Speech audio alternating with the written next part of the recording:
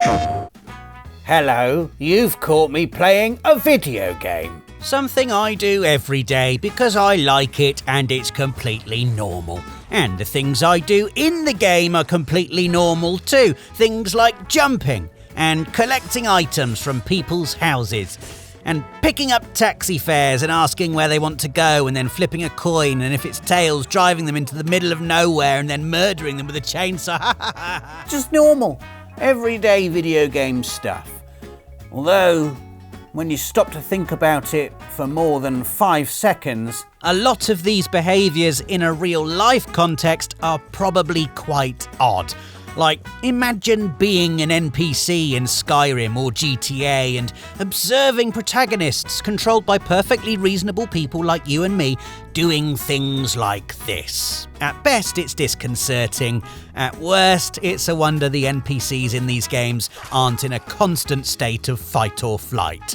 With that in mind, here are 7 things all gamers do that, when you think about it, make no sense whatsoever. Oh dear, I'm afraid we will not be going to the gas station. Let's start with something I guarantee everyone watching this video does all the time in every game that allows it. Jumping. It's one of those fundamental mechanics that has been essential for so long that not jumping in a game just feels not quite right. There are entire genres built around it. It's probably the second thing we do in every game, the first being to look up and down to test our camera settings, and that's only because we aren't allowed to jump at that point.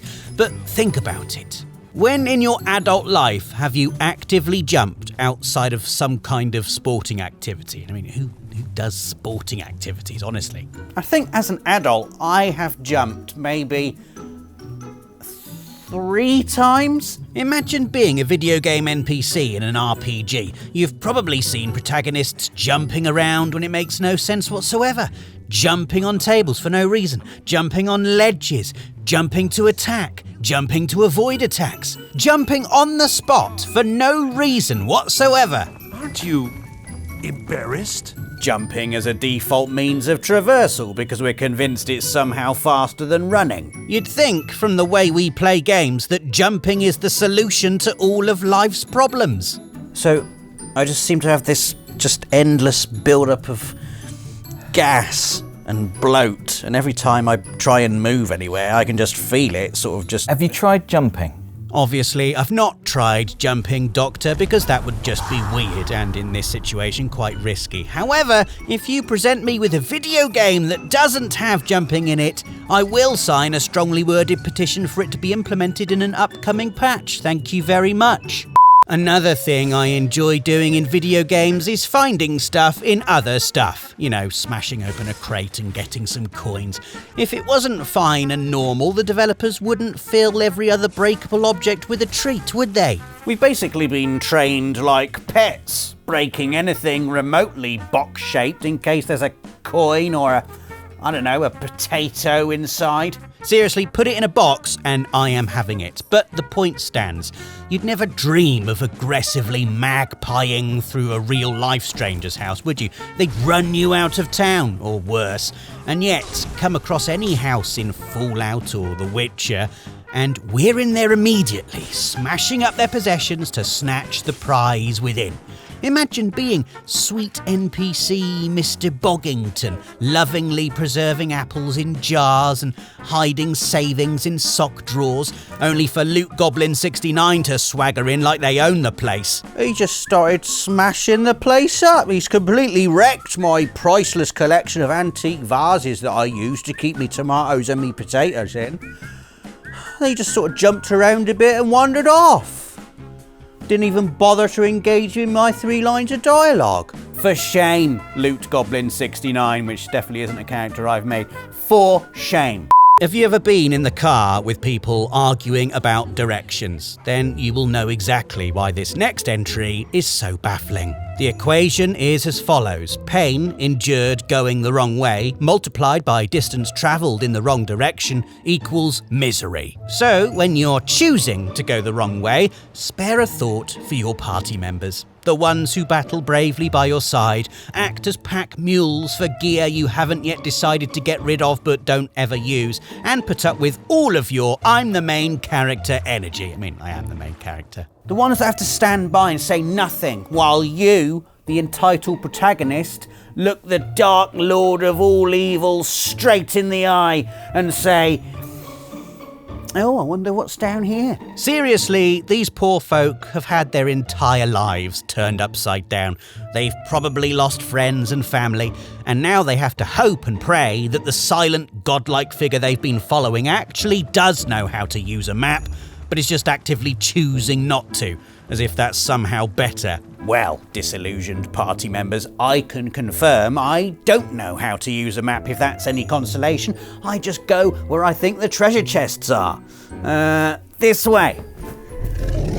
No, that's the main storyline. In video games, as in life, food is fuel. Whether forcing down raw eggs in the Resident Evil 4 remake, or trying to keep your pulse from skyrocketing while eating a burger from Up and Atom, mealtime is basically heal time. And yet, if you're an NPC, it must be weird watching someone just pulling out a wheel of cheese mid-fight and start munching away. To the poor NPC onlooker, this must be absolutely terrifying, regardless of what side you're on. If you're allied with the main character, you're probably thinking, what the hell are they doing? Why are they just standing there eating cheese instead of fighting back? But imagine if you were on the baddie's side, staring down this silent, stone-faced, cheese-eating monstrosity as your attacks bounce off, harmless. You may as well throw pennies at a tank when they have the cheese out. I mean, I'm sorry, but if I'm allowed to pause mid-fight and eat cheese, then I'm gonna pause mid-fight and eat cheese. I like cheese, okay? Protagonist's privilege and all that. Totally normal in a game, totally weird in real life. There will come a time in your hero's journey when something very serious happens. It could be the death of a beloved character, or perhaps they receive a commendation for vanquishing the evil villain. In real life, you'd arrive at the funeral or the ceremony wearing your finest gown or a fancy suit, but instead, here you are, arriving into the cutscene fresh from the fight, standing in front of the royal family of Fantasyland wearing... I mean, using the word outfit is a stretch here, isn't it? You know, to the in-game onlooker, this probably looks more like just a collection of material we've accidentally fallen into. Imagine waiting for that legendary hero you've heard all about to arrive. He's just killed the wyvern that's been plaguing your village for months. And then he rolls up wearing that. Of course, it makes perfect sense to us, the player. The chicken hat of Cluckhorn gives the biggest armor boost, the neon breastplate of Ravetopia buffs mana levels, and the sturdy tennis shoes increase jump speed. Without all these life-saving garments, I'd never have defeated the boss in the first place. But because we've jumped straight into this cutscene from the fight, we look less like a dignified warrior and more like an explosion in a Halloween shop. What can I say? Stats over looks, that's my rule.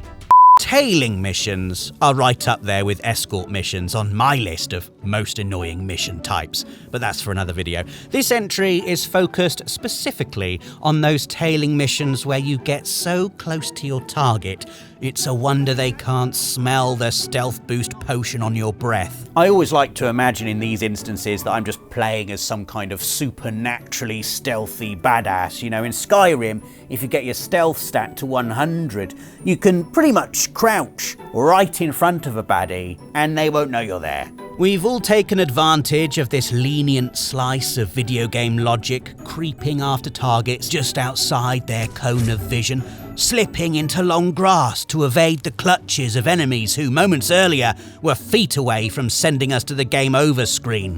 When really, when you think about it, if I'm trying to hide from someone who wants to kill me in real life, some long grass just isn't going to cut it.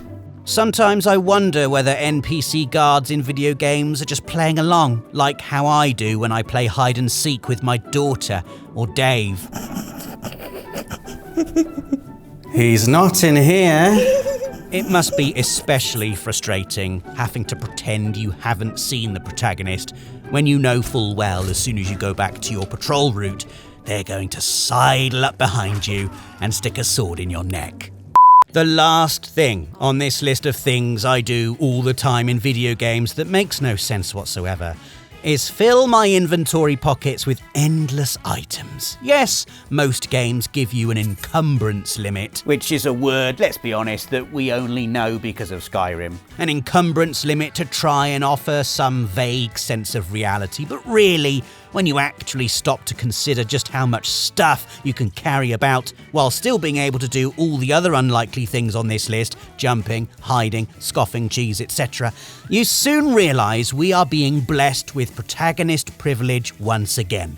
Potions and armour sets and cooked steaks and books. So many books. I bought 5 books when I was on holiday recently, and let me tell you, that walk from the shop back to my car is the longest half a mile I can remember. Imagine being an in-game shopkeeper, selling 2 swords, a bow, a breastplate, some gauntlets and 17 health potions to someone, and then watching it all magically disappear inside their pants. And that's it for this list of 7 things that all gamers do that make no sense whatsoever when you think about it. If you can think of any examples we've missed, please let us know in the comments. While you're down there, do give us a like and make sure you're subscribed, and then click the notification bell to make sure you're ready for our next list, coming next Friday at 4 p.m. Bye for now. PlayStation